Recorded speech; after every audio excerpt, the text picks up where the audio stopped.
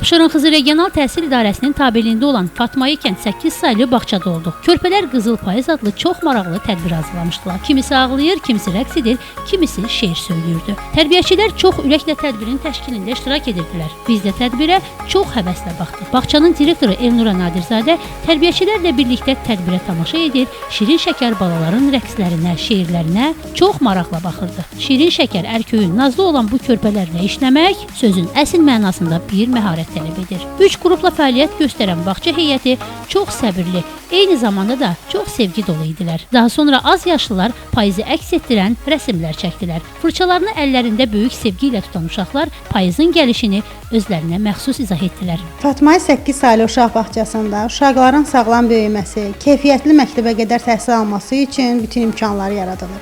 Gündəlik məşğələlərlə yanaşı müxtəlif yaradıcı tədbirlər təşkil olunur. Bu isə fidanlarımızın bilik bacarıqlarının inkişafına şərait yaradır.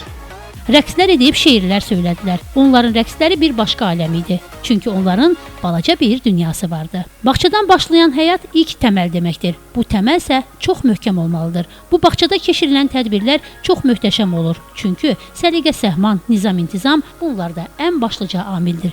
Burada tərbiyəçilərin əməyini itirmək isə doğrudan da haqsızlıq olardı. Çünki bu körpələrlə sevgi dolu işləyən bu müəllimlər gələcəyə layiqli vətəndaşlar yetişdirirlər. Cəmilə Nəsir qızı, Kamil Quliyev, Bugün İnformasiya proqramı üçün.